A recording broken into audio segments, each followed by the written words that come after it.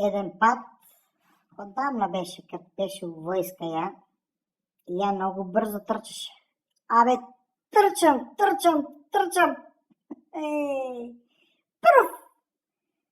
Пръв! И ми вика, командира вика, не тръче толкова, ке се сопнеш, ке се утепаш не. Лъчи ги изкараш. И како да ме прокълна, я като се сопна един път, па като зарисо овой нос. Абе, дека. Како на Рудолф, те таков ми беше цървен. Да не веруваш. Лъже. Он бързо тръчал, прокълнале го и он се сопнал. Ти си чопав цял живот, бе. Цял живот.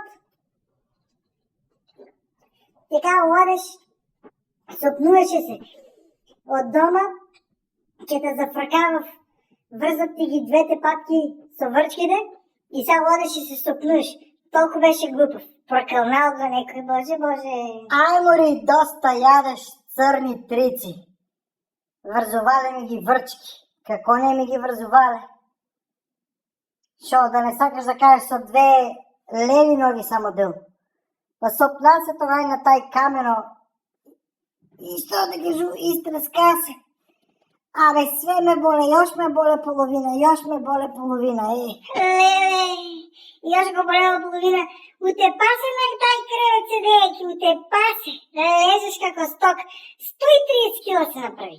130 кила. Бог да чува и добрано, но мамо Буба викаше, не го взимай, Блашке, говедо е тая от говедарите. Ја не, ке ga взимам. Не. Па лъже, бри. Лъже суша, да ви кажу. Јас съм лъжал. Мори, па ако съм лъжал, јас съм ти тебе прелъжал, мори. А ти си па толкова просто па ме взема. Я не съм лъжач, јас само кажувам факти, мори, истина, мори. Ете, гледате ли како жена ке те заебе? Ете, видели?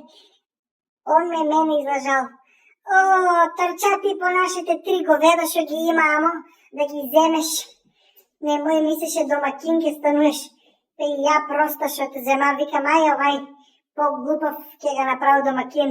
Оно от глупо, по-глупо излезе.